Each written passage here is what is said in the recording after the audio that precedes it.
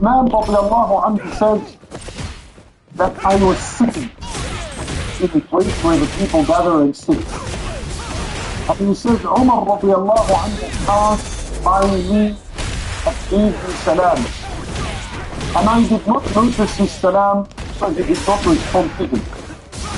So Umar radiallahu anhu was bothered by this. And he continued until he reached Abu Bakr radiallahu anhu. And he complained in the office of Abu Bakr radiallahu anhu. Imagine this, Abu Bakr is the Khalifa at the time. He complains. He says, Ya Abu Bakr, I just passed by our brother Uthman and I gave him salam and he did not respond to me. So Abu Bakr radiallahu anhu took this matter very seriously, and I want you to pay attention to the brotherhood that was established among the Sahaba. It was a serious matter, no joke. Imagine how easy Abu Bakr radiallahu anhu would be. But he picked himself up and he said to Umar radiallahu anhu, let's go and visit our brother Uthman and see what the problem is. The easiest man in Medina. He said, let's drop everything and go and deal with this matter right now before it grows. Brotherhood was valiant among them. Allah al-Musta'an, what has happened for us, to ask Allah Azza wa Jal to rectify brotherhood among us. So they both went towards where Uthman radiallahu anhu was sitting. Abu Bakr radiallahu anhu approached Uthman. He said, Ya Uthman, this is your brother Umar. He seems to be complaining that moments ago he passed by you, he gave the salam and did not respond. So Uthman radiallahu anhu, he said, Wallahi, he did not pass by me and he did not give me salam. He didn't realize at all.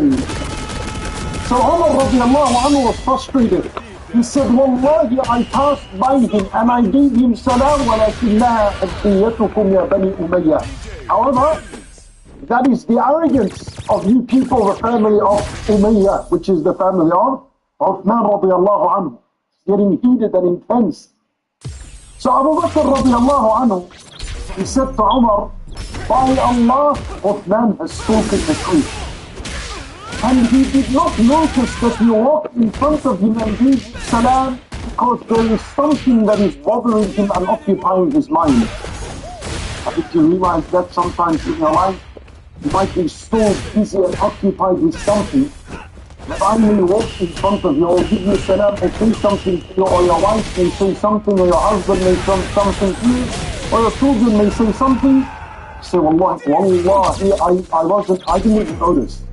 That's what happened here. So Abu Bakr radiallahu anhu said, Ya Uthman, what is it?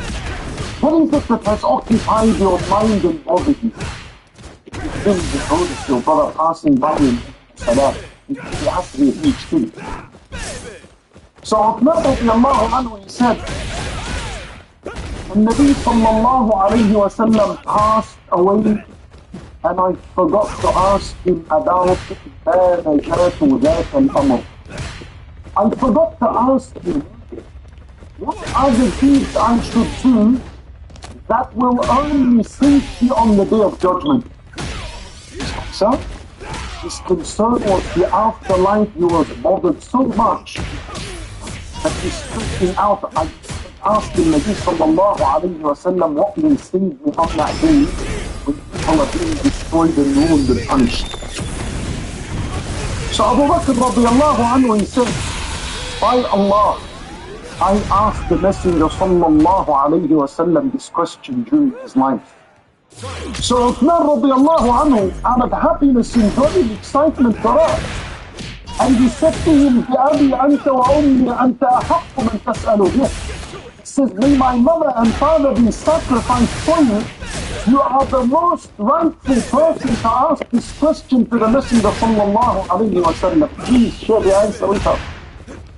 So then Abu Bakr radiallahu anhu, he said, I said to the Messenger sallallahu alayhi wa sallam, أَنَا جَاتُ هَذَا الْأَمْرِ. What would save us? And the horrors and the terrors of the day of judgment. When Nabi sallallahu alayhi wa sallam said, من قبل مني الكلمة التي عرضتها على عمي فرفضها فهي له نجاة يوم القيامة. He said to him, the Nabi sallallahu alayhi wa sallam said, the one who accepts the word that I delivered to my uncle and he rejected, it would be a savior for him on the day of judgment. The word that the Nabi sallallahu alayhi wa sallam delivered to his uncle and preached to him and to the entire humanity is La ilaha illallah, the word of a tawheed.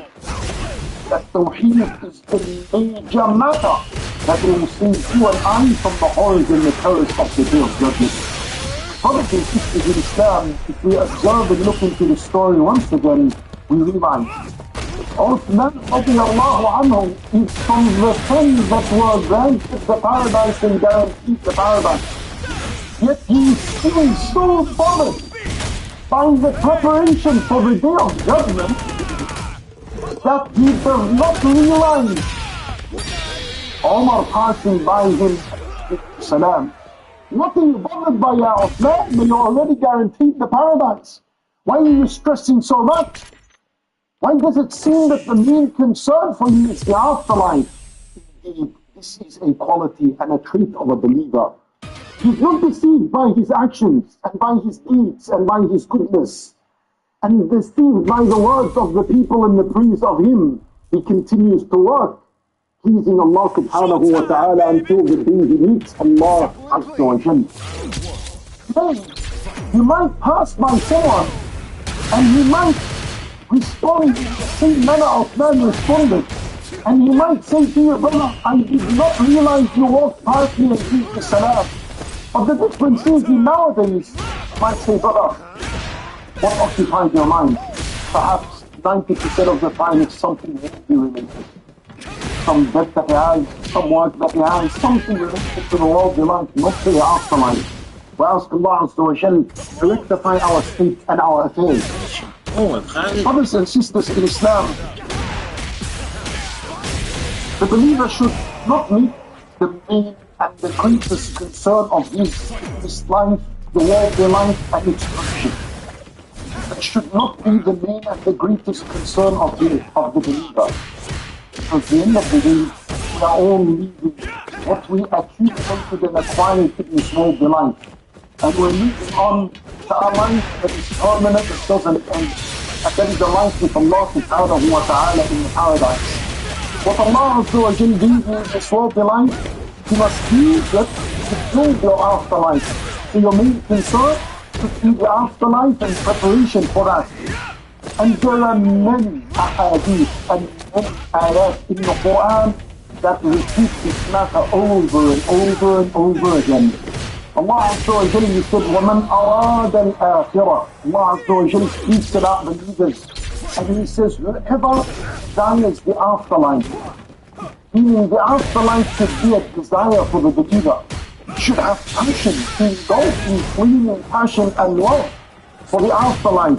Because that's where you will see and you will meet your Maker and Creator. How can you not have this as your main and greatest concern? Allah said, وَمَنْ أَرَادَ الْآخِرَةِ. Then he said, وَسَعَى لَهَا سَعْيَهَا. And he exerted the effort he took, meaning there is a path that you're supposed to take and follow in order for the afterlife to be your main and greatest concern. This topic is repeated a lot in the Quran, a lot in the Sunnah. And I tell you something. When a topic is made mention of many times in the Quran or Sunnah, it is an evidence of something. It is an evidence of the fact that the disease of the love and the concern of this worldly life and neglecting the afterlife and preparation for the afterlife has become rampant and widespread among the people. The disease of the love of this worldly life and the attachment to this worldly life is a great disease and a sickness that has become a pandemic of this day and age. That's why Allah Azza wa Jal will mention them many times in the Quran about making sure that your main purpose and your main concern in this world life is the afterlife. When Nabi sallallahu alayhi wa sallam repeats this to his companions over 100 times, because the disease of the attachment to this worldly life is going to become widespread. And what do we mean by this? Brothers and sisters in Islam, it's not haram to love this worldly life. It's not haram to acquire its wealth and to love the wealth and to spend it. It's not haram. When does attachment to this worldly life become haram? When it becomes haram when you don't care how you acquire it. When you're acquiring this worldly life through al-halal wal-haram, you don't care through al-riba, through al-haram, selling drugs, stealing others, taking loans from people, not paying it back. That's when the attachment to the worldly life becomes haram and injurious in your face. And the other thing that makes it haram to love this worldly life and attach to it, when you have become so attached that now you don't have time for your obligations and for your responsibilities. You've neglected of salawat, you've neglected al-masjid, neglected salat al-jum'ah, because, I have work, I'm making money, sorry I can't come to salat al-jum'ah. And when you abandon your responsibilities, the wife complains about her husband, we don't see him. Maybe out once a week, we see him for a couple of hours, and then after that, he's just the boy the whole day, the whole night, and he's at his work the entire day and the entire night. We don't know where he is. When this worldly life becomes a reason for you, and where you're acquiring it from al-haram, and it becomes a reason for why you've neglected your obligations, and you've neglected responsibility to family members and your children and your parents. Now the worldly life and your attachment to it is haram, it's dangerous, it's going to destroy you. And if you're earning from this worldly life through the halal means that Allah has made, by the way, there will be a lot of barakah in this, and it will be satisfying more than the one who acquired al-haram. He'll never be satisfied. And if the worldly life is not distracting from a salat, one salat, two salat in al-masjid, from your Quran, shouldn't distract you from your family and your wife and your husband and your children. And alhamdulillah, your relationship with this worldly life is healthy, it's good, and there's nothing to be concerned about that. Then Allah Azza wa Jalla, when He condemned the love of this life, He said, كَلَّا بَلْ تُحِبُّونَ الْعَاجِلَةَ. He said, you people love al-ajila. Al-ajila meaning the worldly life. Al-ajila from ajala, for something to rush. Because everything in this worldly life is rushed. You see the attitude of people today? Rush, rush, rush, everything, Allah, quick, quick, quick. How we can finish this quick, and how can this service be delivered quick, and who's faster, and who's delivering quicker. And even this is marketing strategies now among the companies. We'll deliver it in half an hour. We'll deliver your order in 15 minutes. That's a dunya, that's ajila. You'd rather pay a lot more for something to come quicker than pay less for something to come longer and later. That's it's called an ajila. Allah condemns those who love this worldly life. He said to immediately after that, وَتَذَرُونَ الْآخِرَةِ. Directly abandon the preparation for the world afterlife. So if your attachment for this life was at the expense of abandoning preparation for the afterlife, that love is condemned. That love is going to destroy you without meeting the story. So you be careful if you understand what we mean by loving and attaching yourself to this worldly life. No problems. Enjoy what Allah gave you on earth. But let it not be an obstacle and a barrier between you and preparation for the afterlife. Once again, two signs will tell you that you're on a dangerous path. If you're acquiring this wealth through al-haram, and if it's distracting from the obligations and your responsibilities. Brothers and sisters in Islam, Nabi sallallahu alayhi wa sallam, he said in the hadith, مَنْ كَانَتِ الْآخِرَةُ هَمُّهُ. He said, whoever among mankind, the afterlife his greatest concern, Allah Azza wa Jal promised him three things. And I'm going to tell you step by step how can the person make the afterlife his greatest concern. But for this person, he's promised three things. Nabi sallallahu alayhi wa sallam said, جَمَعَ اللَّهُ لَهُ أَمْرَهُ. Allah will organize his affairs. Allahu Akbar. How beautiful is this reward, especially in a day and age where people's affairs are all disorganized and over the place. You know, if you see a brother or you see a sister and his eyes are all going around, what's wrong with you? Wallah ya brother, wallahi I have debts, I have bills, I have wife, I have situations, I have my children, I'm trying to get this. He's disorganized. He's got no clue how to be productive during the day and what to complete and what to accomplish of all the life projects. He's all over the place. And Nabi sallallahu alayhi wa sallam said, the one who made the afterlife his greatest concern, Allah will organize his affairs. Perhaps he'll have a lot of them on his plate, but he seems to be calm and he's able to complete what he needs to do during the day and during the night. Not only this reward, but the Nabi sallallahu alayhi wa sallam says, وَجَعَلَ اللَّهُ غِنَاهُ فِي قَلْبِهِ. Allah Azza wa Jalla will place riches in his heart. His heart will be wealthy, rich in his heart. Forget the pocket, rich in the heart. Does it mean to be rich and wealthy in the heart? Allah will give you contentment with whatever you bring on this worldly life. Haven't you seen, brothers and sisters in Islam, people that have tens and millions of dollars, they live like a free person. His heart is not content, he's still running after more. Whereas there are some that don't have a fraction of what he has, perhaps sleeping and living in tents, and he is peaceful and tranquil and content with what Allah gives him. The Prophet sallallahu alayhi wa sallam once asked Abu Dharr, he said, Abu Dharr, you are considered rich and material man. Abu Dharr radiallahu anhu, perhaps just like us, he answered the way we would have answered. He said, Ya Rasulullah, the poor man is the one who doesn't have the dollar in the safe in his pocket, doesn't have money. And the rich man among us is the one who's loaded. He has the cash. Sallallahu alayhi wa sallam said to him, الغنى غنى القلب والفقر فقر القلب.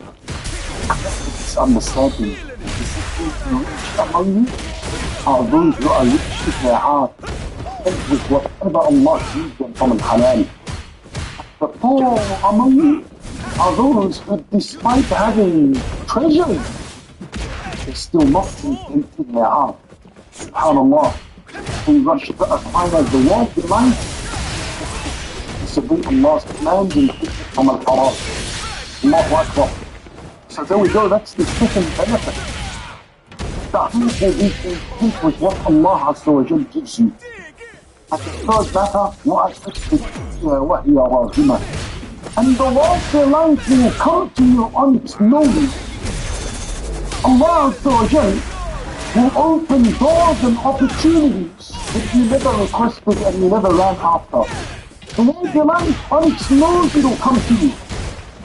Humiliated on its nose it'll come despite you not wanting it.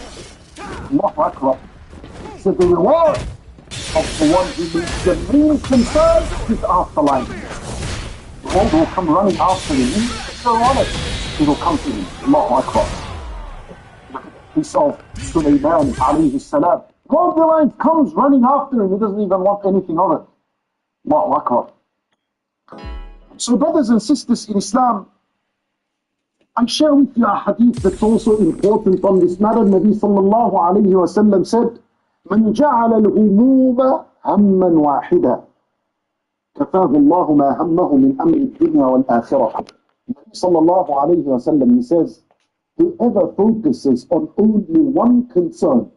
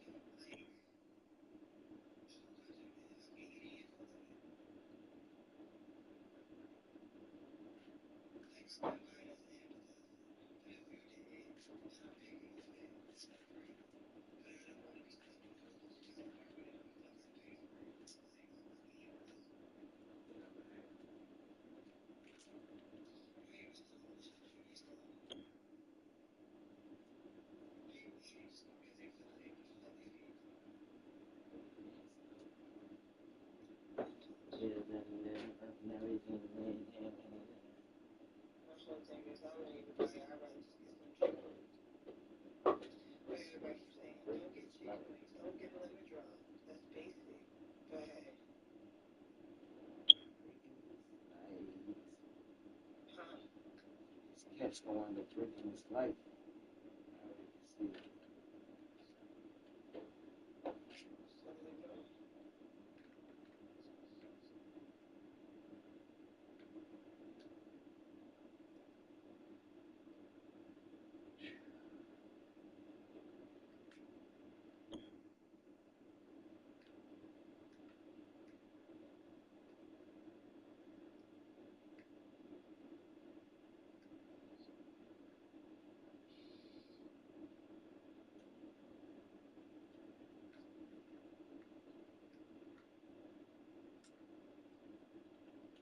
Ready to do it.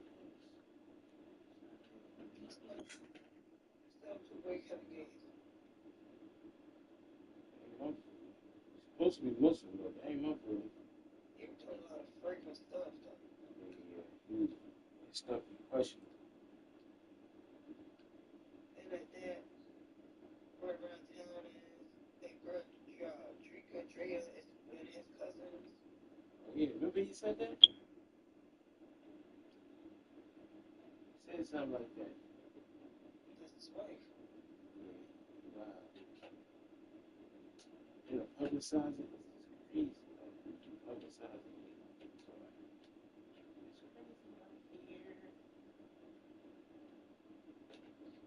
I don't know, he be giving me guys like he been desperate. Possible. That's definitely what he gonna use me. He get caught up in some mess. But people get caught up in mess, they always something that happens to them.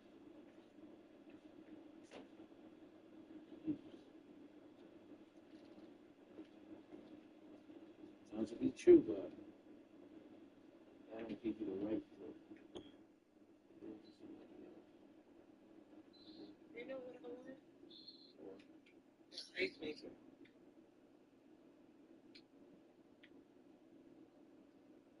Like the little small ice, the ice that I like getting from Sonic. Look, quick check ice. Crush ice. Not crush, it's more like Regular ice? no, like it's not chipped, but it's like the small little circles full of the ice.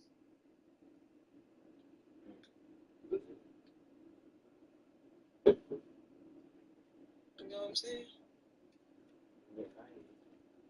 Like the baby ice.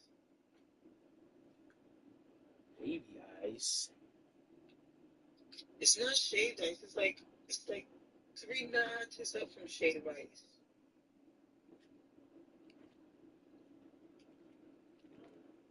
I like that Cold Stone ice cream. Yeah, it's supposed to be on a date thing, you never did. Serious? Yeah.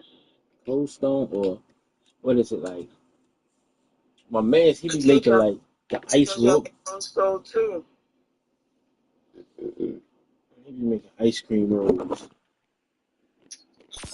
It's not like that little Asian thing. Nah, I just like Cold Stone, because how the way they be, whatever you want, they mix it in it. So it's like basically your own type of ice cream.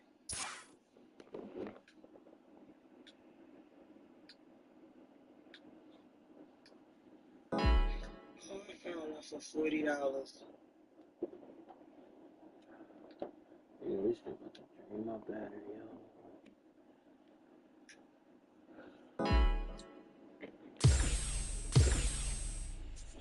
I found one for $40. What is it? The ice maker? That's something. Man, I swear, Amazon's like my best friend.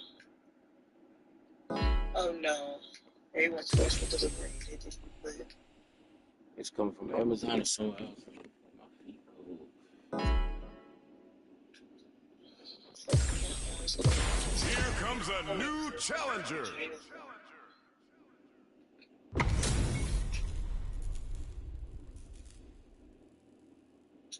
Come on, get round one.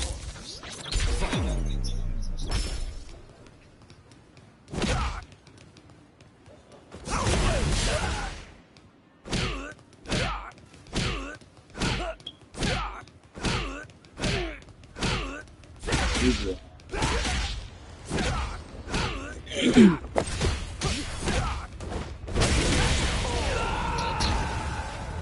How you know?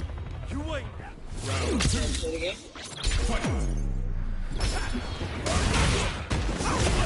A little bit.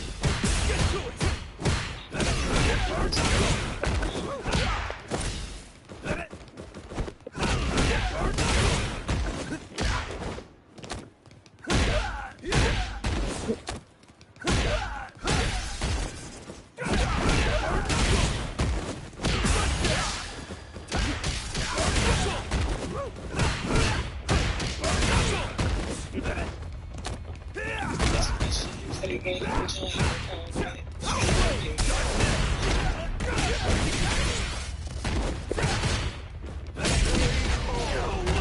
Yeah, I had a PC, I screamed. Yeah, it's good, right? Yeah, because you was the first person I heard somebody say something about you. And I was clear that I'm not person to get into it. I'm not. It don't mean a lot of money. I don't know if people want to watch it.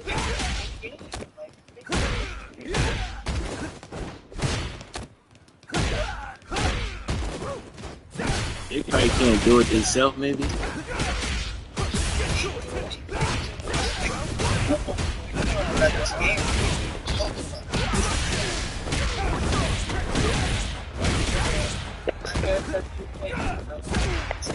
I like to watch people sit again. Like watching people eat. It just is weird. Like, I don't get it. Hey, I started going to tournaments too.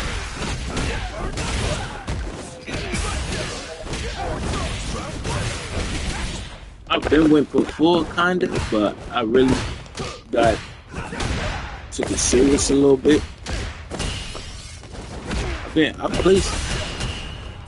I placed pretty good, but I won one before too.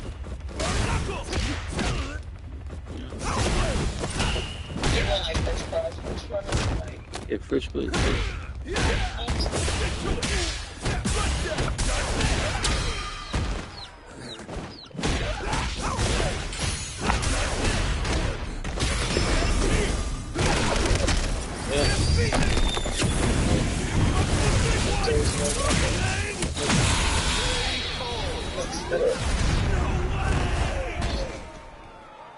Terry wins.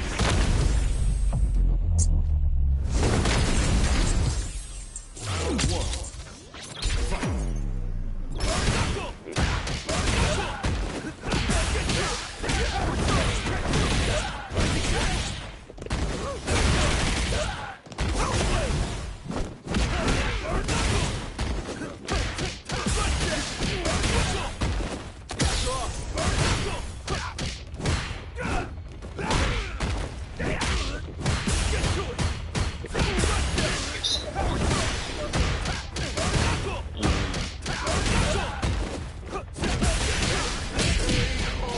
Rank. Trying to get my rank up. I just started using somebody new. Yeah, alright. Used to play with them on a different game. We got them in here though.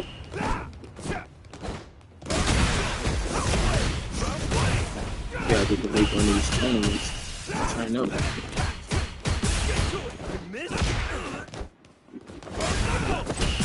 I don't promise anything, bro. On. I ain't even been having fun still do anything, so I ain't about to use it to enter the tournament, even though I got a chance of winning.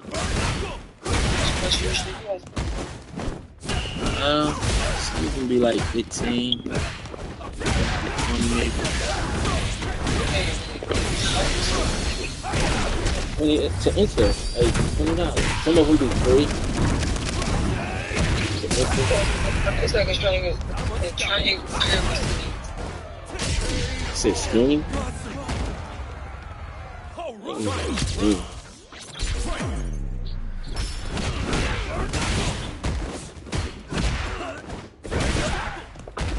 Yeah. Hey, I'm scared.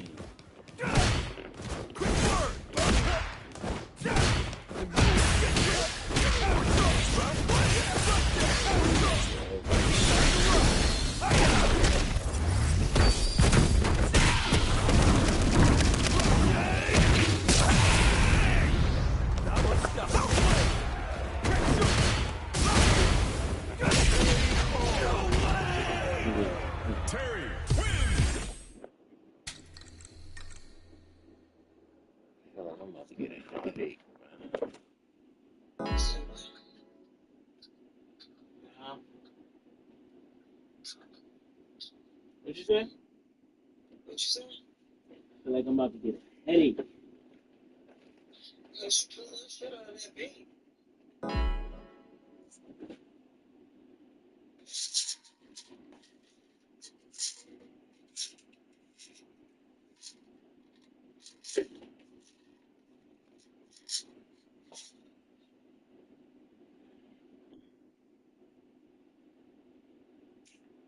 Bro, now he wanna say something? Like, come on. Look at that. Man.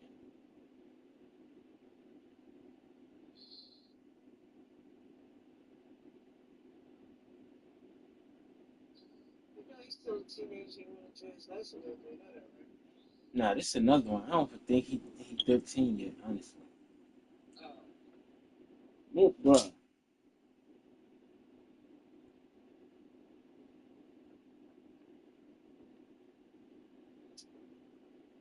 I don't think he's 13 yet.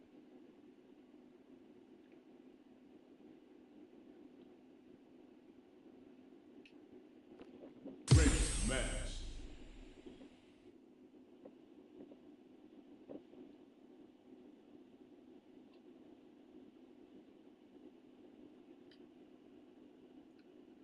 Kinda sweet.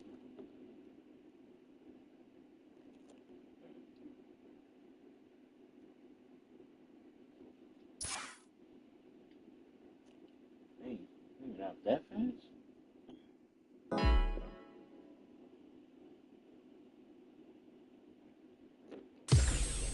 Here comes a new challenger.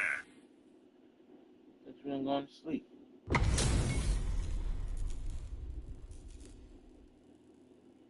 Come on, get ready.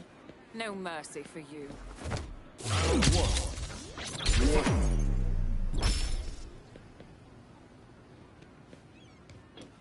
You faking it. Fake.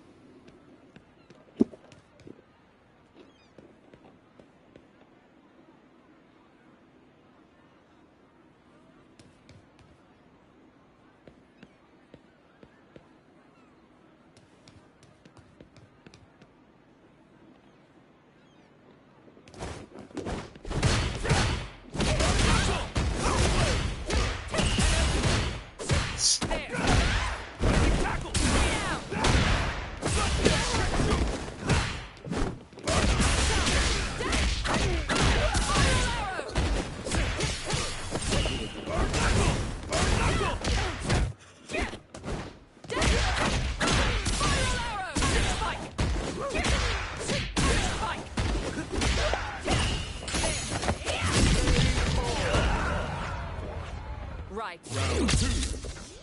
Fight.